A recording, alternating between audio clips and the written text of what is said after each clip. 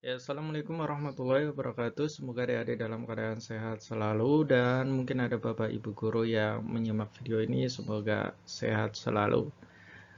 Baik, dalam kesempatan ini Kakak akan mencoba merangkum berkaitan dengan bab objek IPA dan pengamatannya yang merupakan bab 1 di kelas 7. Pada bab ini meliputi penyelidikan IPA, kemudian pengukuran sebagai bagian dari pengamatan. Untuk sebuah penyelidikan IPA terdiri dari proses yang harus dikuasai dalam penyelidikan IPA dan objek yang dipelajari dalam IPA. Kemudian untuk pengukuran sebagian-bagian dari pengamatan meliputi pengukuran besaran pokok dan besaran turunan.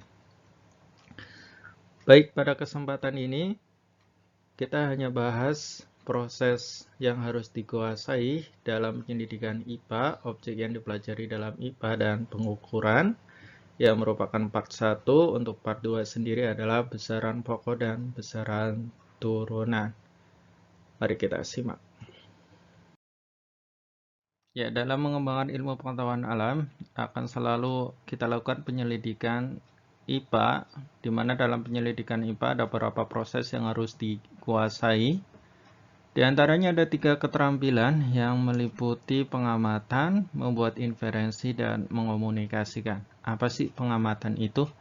Nah, pengamatan yaitu dilakukan untuk mengumpulkan data dan informasi.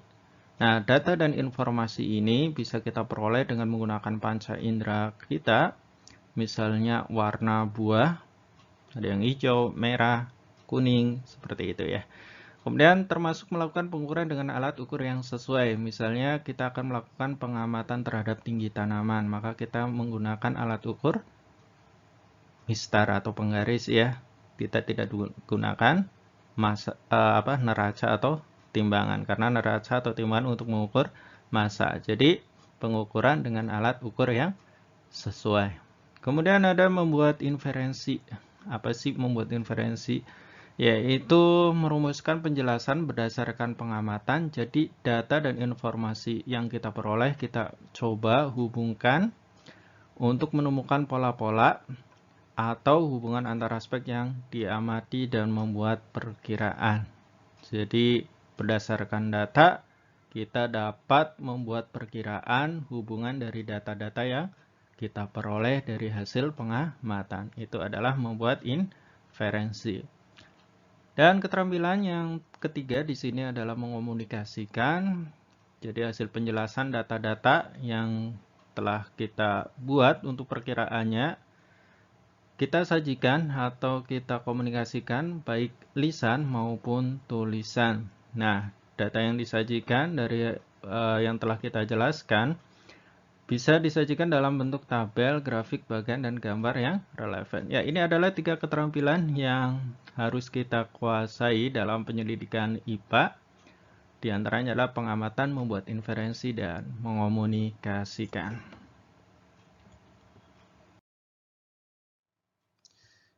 Ya, kegunaan dalam mempelajari IPA sangat banyak sekali. Di sini disebutkan ada 4, di antaranya adalah menyelesaikan masalah yang ada di lingkungan sekitar. Misalnya, bagaimana cara memperoleh air bersih ketika misalnya sumber air kita ya, sumurnya tercium bau besi. Dalam IPA dibahas berkaitan dengan filtrasi. Kemudian untuk meningkatkan kualitas hidup, misalnya kita menanam tanaman yang kita harapkan dapat menghasilkan buah dengan kualitas yang baik, maka kita lakukan pemberian pupuk yang tepat dengan dosis yang tepat. Kemudian ada pengendalian terhadap hama dan penyakit tanaman. Semuanya dibahas dalam IPA. Kemudian berpikir logis dan sistematis. Misalnya adanya pelangi setelah hujan. Itu bagaimana proses terbentuknya. Di dalam IPA dipelajari berkaitan dengan pembiasan cahaya. Kemudian memahami berbagai hal di sekitar kita, misalnya bagaimana terjadinya gerhana matahari. Nah, ini adalah kegunaan dalam mempelajari IPA yang disebutkan ada 4, dan kegunaan ini tidak lepas kita menjadi manusia yang bersyukur. Ya, objek apa yang dipelajari dalam IPA? Apa hanya tanaman saja, atau makhluk hidup saja, atau hanya benda-benda di lingkungan sekitar kita saja?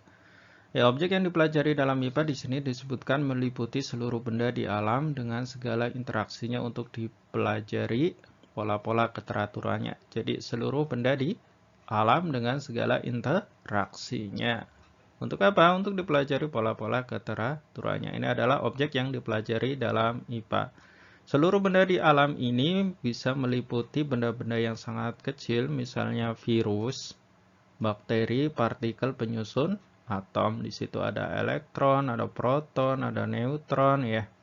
Kemudian ada benda-benda yang berukuran sangat besar, misalnya apa? Ada lautan, bumi, matahari, kemudian ada jagat raya. Yaitu adalah objek yang dipelajari dalam IPA, yaitu seluruh benda di alam dengan segala interaksinya untuk dipelajari pola-pola keteraturannya. Ya, penyelidikan tentang alam menghasilkan pengetahuan yang sangat kompleks sehingga dapat digolongkan menjadi 4, diantaranya ada fisika, kimia, biologi, ilmu bumi, antariksa. Ilmu pengetahuan fisika berkaitan dengan aspek mendasar alam, misalnya berkaitan materi, energi, gaya, gerak, panas, cahaya, dan berbagai gejala alam fisik lainnya. Sedangkan ilmu pengetahuan yang digolongkan ke dalam kimia, yaitu penyelidikan tentang penyusun dan perubahan zat, misalnya perubahan besi menjadi berkarat, dan garam yang terbentuk dari senyawa asam dan basa, dan lainnya ya, berkaitan dengan penyusun dan perubahan zat. Ilmu pengetahuan yang ketiga digolongkan dalam biologi, yakni mempelajari tentang sistem kehidupan mulai dari ukuran renik sampai dengan lingkungan yang luas, misalnya mempelajari berkaitan sel, jaringan, organ, hingga yang sangat luas yaitu biosfer. Dan yang keempat, yaitu ilmu bumi antariksa, mempelajari asal mula bumi, perkembangan dan keadaan saat ini, bintang, planet, dan berbagai benda langit lainnya. Ya, ini adalah penggolongan dari pengetahuan yang sangat kompleks dalam penyelidikan tentang alam.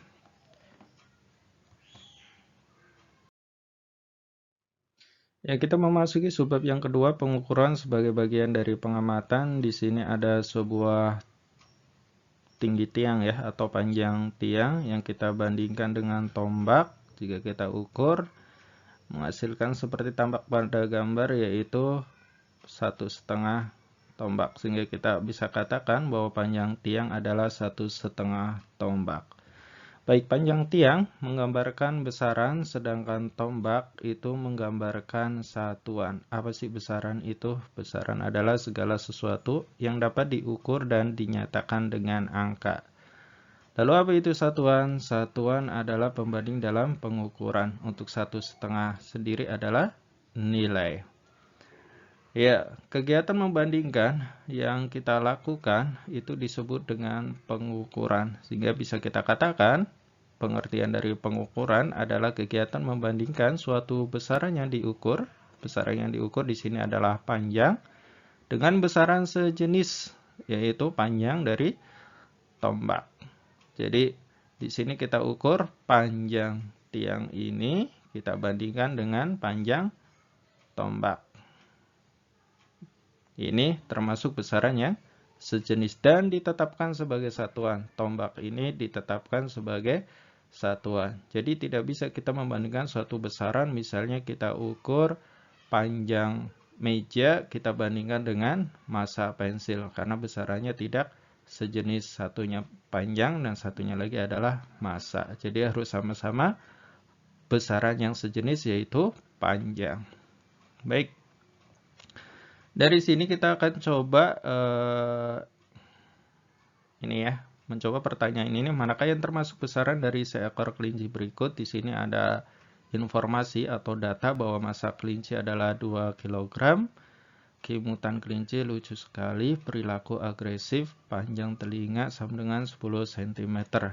Nah, yang ditanyakan adalah yang termasuk besaran, di mana besaran adalah segala sesuatu yang dapat diukur dan dinyatakan dengan angka. Massa kelinci sama dengan 2 kg. Ini Betul ya, bahwa ini adalah besaran. Mana besarannya itu? Massa. Keibutan kelinci lucu sekali, ini tidak masuk besaran. Kenapa? Karena ini sifatnya relatif. Kita katakan lucu belum tentu bagi orang lain dan tidak dapat dinyatakan dengan angka. Sehingga untuk keimutan kelinci lucu sekali ini tidak termasuk besaran ya. Keimutan tidak masuk ke besaran. Kemudian perilaku sama dengan ya di sini agresif ini juga bersifat relatif. Si kelinci bisa bersifat agresif bagi orang lain, tapi bisa bersifat manja bagi si pemiliknya. Sehingga ini juga tidak termasuk besaran karena tidak dapat diukur dan dinyatakan dengan angka. Di sini panjang telinga sama dengan 10 cm yang terakhir. Ini panjang ya, ada kata-kata panjang. Dinyatakan dengan angka ya 10 cm ini termasuk besaran. Ya, ini adalah besaran. Jadi yang termasuk besaran adalah 1 ya, dan terakhir yang 4 ya. Ya, telah kita ketahui bahwa satuan adalah pembanding dalam pengukuran. Satuan sendiri ada satuan baku dan satuan tidak baku. Satuan baku di antara contohnya ada cm, kilogram, detik, derajat Celcius. Satuan baku berlaku secara internasional, artinya diakui ya. Mudah untuk dikonversi dari satu satuan ke satuan lainnya. Sedangkan satuan tidak baku hanya berlaku untuk tempat tertentu atau bersifat lokal. Misalnya jengkal ya, atau depak, cangkir, hasta, dan di sini tombak. Misalkan jengkal, orang Indonesia akan menunjukkan hasil yang berbeda ketika digunakan untuk mengukur jika dibandingkan jengkal orang Eropa. Seperti itu. Kemudian satuan baku memiliki satuan dasar dalam sistem internasional, misalnya itu panjang, satuan dasarnya adalah meter. Nah, untuk mempermudah mengomunikasikan hasil pengukuran digunakan awalan satuan. Misalnya apa? Misalnya kita mengukur hasilnya itu 100.000 meter. Bisa kita sederhanakan dari awalan satuan ini menjadi 100 kilometer. Sehingga mempermudah dalam mengomunikasikan baik tulisan ataupun lisan ya. Ya, ini merupakan contoh untuk awalan satuan. Telah kita pelajari awalan satuan di tingkat SD ada 7 yang kita pelajari ya. Di antaranya adalah ada kilo, hekto, deka, satuan. Satuan ini maksudnya adalah untuk panjang meter, kemudian untuk massa gram itu ya. Nah, senti, desi, mili, dimana jika dari satuannya ini turun ke bawah maka dikalikan 10 ya. Dan jika ke atas maka dibagi, misalnya satu tingkat maka dibagi 10 ya. Di sini ada nilainya kilo 10 pangkat 3, hekto 10 pangkat 2, dan deka 10 pangkat 1. Ya, di tingkat SMP ada tambahannya, diantaranya adalah tera, giga, mega, di mana tera itu 10 pangkat 12. Ini perlu kita ingat kembali ya, atau kita perlu hafalkan di sini. Giga 10 pangkat 9, mega 10 pangkat 6. Ya, ada tambahan 3 di atas ya. Di sini kelipatannya berbeda, di sini kelipatan 1000 jadinya ya. Kemudian di bawah ada mikro, nano, dan piko ya. Ini mikro 10 pangkat 6. Nano 10 pangkat 9 dan piko 10 pangkat min 12. Ya, ini harus kita hafalkan untuk soal-soal konversi awalan satuan ya. Ya, di sini kita akan coba untuk membandingkan besaran dan satuan pada mikroorganisme. Bakteri memiliki panjang sampai dengan 10 mikrometer, virus memiliki panjang sampai dengan 100 nanometer. Berdasarkan data tersebut, manakah yang berukuran lebih panjang, bakteri atau virus? Jelaskan jawabanmu. Baik, kita akan coba untuk mengkonversi menjadi satuan dasar ya. Dimana di sini diketahui ada panjang bakteri yang nilainya adalah 10 mikrometer. Kemudian ada panjang virus yang nilainya adalah 100 nanometer. Ya, keduanya kita akan ubah menjadi satuan dasar meter ya, dimana untuk mikro itu ada 10 pangkat minus 6 dan nano itu adalah 10 pangkat minus 9. Kita coba untuk konversi 10 mikrometer sama dengan 10, untuk mikronya adalah 10 pangkat min 6. Di sini masih meter ya, sehingga kita hasilkan 10 dikali 10 pangkat min 6 hasilnya adalah 10 pangkat minus 5 meter. Kemudian untuk 100 nanometer, 100 dikali 10 pangkat min 9. Di sini meter, atau bisa kita tulis 100 itu adalah 10 pangkat 2 dikali 10 pangkat minus 9. Sehingga dihasilkan 10 pangkat minus 7 meter. Baik, antara 10 pangkat minus 5 meter dan 10 pangkat min 7 meter, nilainya lebih besar 10 pangkat minus 5 ya. Sehingga kita simpulkan dari sini bahwa panjang untuk bakteri lebih besar dibandingkan panjang virus. Ya, itu penjelasannya ya. Ya, kita lanjut untuk soal berikutnya.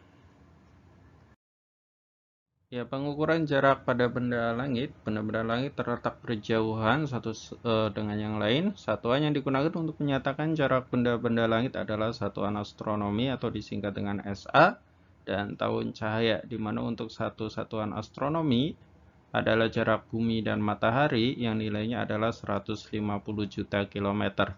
Sedangkan 1 tahun cahaya, jarak tempuh cahaya selama 1 tahun yang nilainya adalah 9,5 triliun kilometer. Satuan astronomi, jarak bumi dan Pluto adalah 5.900 juta kilometer. Berapakah jarak tersebut dalam satuan astronomi? Coba hitung. Kita akan mencoba untuk menghitungnya. 5.900 ya. 5.900. Ya, kita coba tulis 5.900 juta kilometer berapa? SA ya. Nah, tinggal kita konversi bahwa 5.900 juta kilometer kita bagi ya 150 juta kilometer untuk satu satuan astronomi.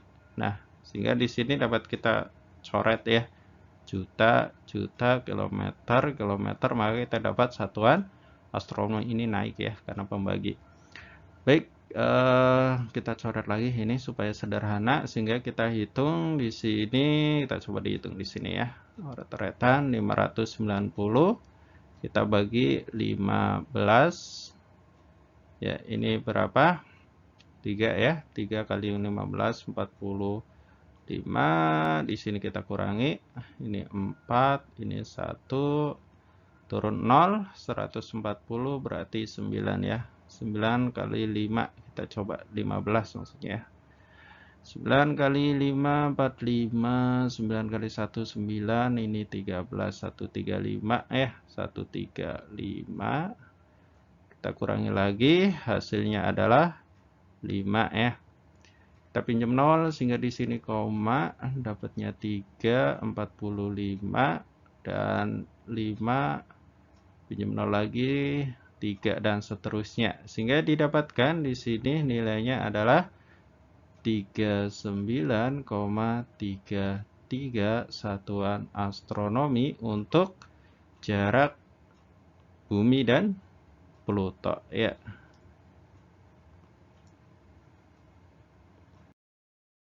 Ya, kita coba untuk mengerjakan soal latihan. Apakah yang dimaksud dengan mengukur? Ini untuk yang pertama, mengukur adalah, kita tulis ya, kegiatan membandingkan suatu besaran yang diukur dengan besaran sejenis yang ditetapkan sebagai satuan.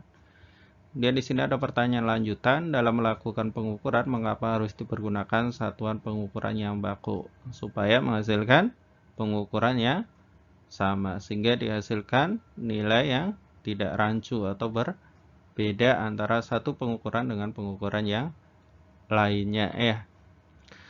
Kemudian nomor 2, berilah contoh besaran yang satuannya dalam sistem internasional atau SI adalah sekon atau detik. Apa itu? Yaitu waktu. Neptunus adalah salah satu planet dalam tata surya kita. Jarak Neptunus dengan matahari adalah 30 satuan astronomi. Berapa jarak ini dalam kilometer ya? Tinggal kita hitung ya, dimana untuk satu satuan astronomi adalah 150 juta kilometer, sehingga bisa kita rubah seperti ini ya. Ya, tinggal kita hitung ya. Hasilnya 3 kali 15, 45, nolnya 2 ya. Ya, sehingga dihasilkan ini 4.500 juta kilometer. Ya, jawabannya ini ya, kita tulis di sini. Kemudian nomor 4, mengapa semua ilmuwan dan produsen penghasil barang-barang pabrik di seluruh dunia harus melakukan pengukuran dengan menggunakan satuan baku yang sama? Kenapa? Ayo, ada banyak alasan ya. Di antara alasannya, yaitu dengan menggunakan satuan baku akan menghasilkan pengukuran yang sama, meski pengukurannya dilakukan pada waktu dan tempat yang berbeda, karena satuan baku itu sudah terstandar yang telah ditentukan ya.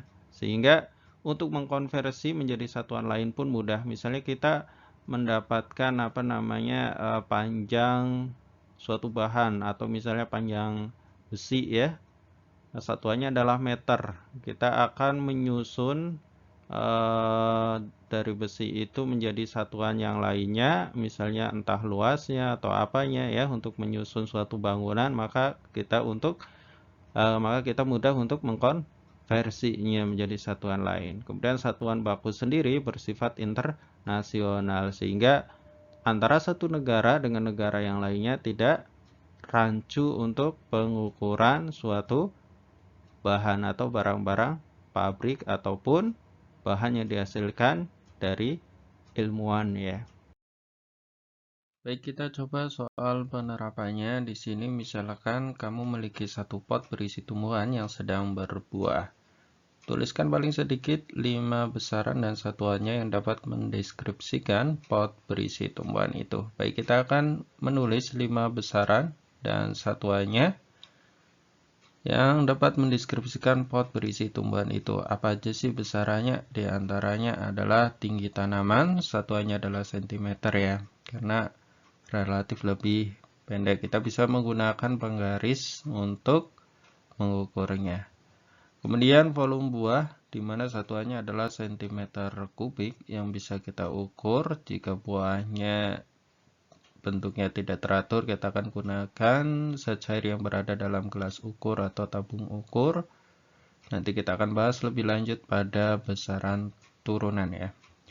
Kemudian ada luas daun, satuannya adalah cm persegi, dan massa buah satuannya adalah kilogram yang dapat kita ukur dengan timbangan atau neraca. Dan yang terakhir yaitu laju pertumbuhan, satuannya adalah cm per minggu ya, karena pertumbuhan tanaman relatif lebih lama ya. Jadi satuannya adalah cm per minggu. Ya, itu adalah 5 besaran yang dapat kita tulis ya, atau kita dapatkan untuk mendeskripsikan pot berisi tumbuhan itu. Ya, demikian untuk video kali ini part 1 objek IPA dan pengamatannya. Semoga bermanfaat. Terima kasih telah menyimak. Like jika kamu menyukai video ini. Jika ada saran, kritik, dan kekeliruan bisa tulis di kolom komentar. Jangan lupa share, klik subscribe untuk mendukung channel ini.